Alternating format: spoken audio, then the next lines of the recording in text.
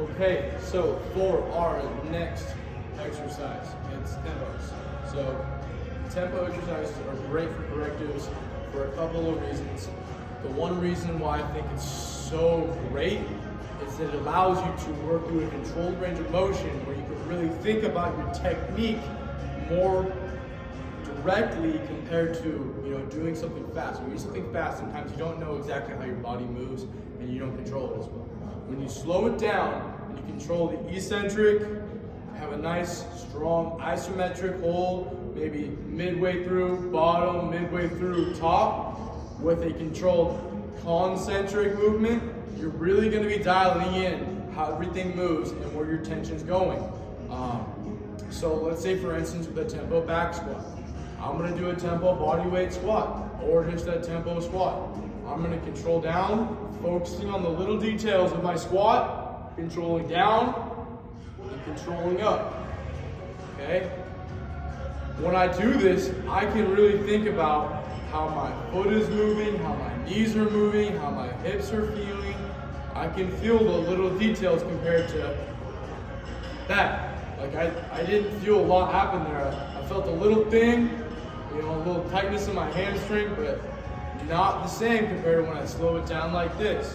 I'm like, okay, I can feel the difference, right? I have control. I can really focus on that movement. I think tempos are a great accessory to use when someone's recovering from injury. Let's say they've gotten cleared from PT, they're working with the athletic trainers, throw them in some tempo exercise with a nice slow movement. You can add a little low when they get ready for it, but it's going to allow them to practice the movement where they're solid through that movement without having to worry about anything moving in any quick direction without that wanting to happen.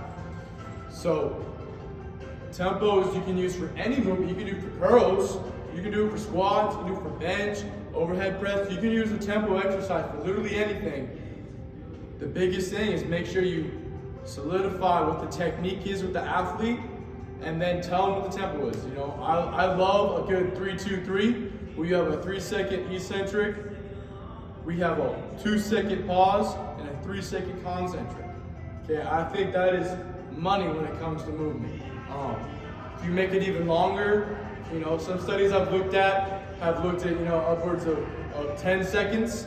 I really don't think you need to go, in my personal opinion, in my applied setting, I think that if you go over like 6 or 7 seconds on your tempo, it's just too long. You're going to fatigue out compared to a nice, let's say 5 to 3 range on that eccentric and concentric, where yes, you're going to be working a lot harder and you're going to see nice control, but if you just go too slow, it's just too much contraction time.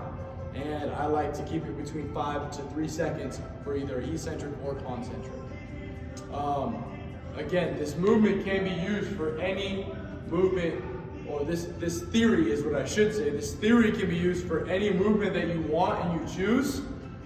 And it can be great for rehabilitation, and it's going to help solidify movement. It's great for beginner athletes, actually.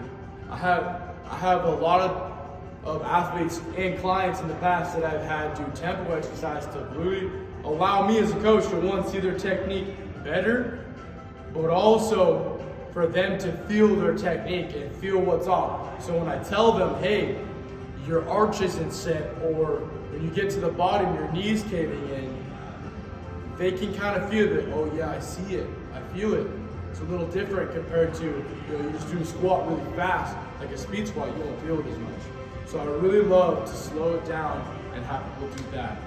This is a great exercise that I believe is a corrective exercise, but also if you want to make it just a plain workout, if you did tempo workouts, man, you're going to be sweating because you're under tension so much of the time, where you're working, I would say, twice as hard if you go up heavy. You cannot go heavy and do tempo at the same time. Let's say you're a 500-pound back squatter, you're probably going to tempo back squat in the low 300s, because if you're trying to move some weight really slow through a concentric, that's just tax. And so really use this to whatever way you want. But I think it's great for corrective exercise in the form of looking at their technique, making sure they're moving well, and they're not shifting to their unbalanced body parts that may have been previously injured.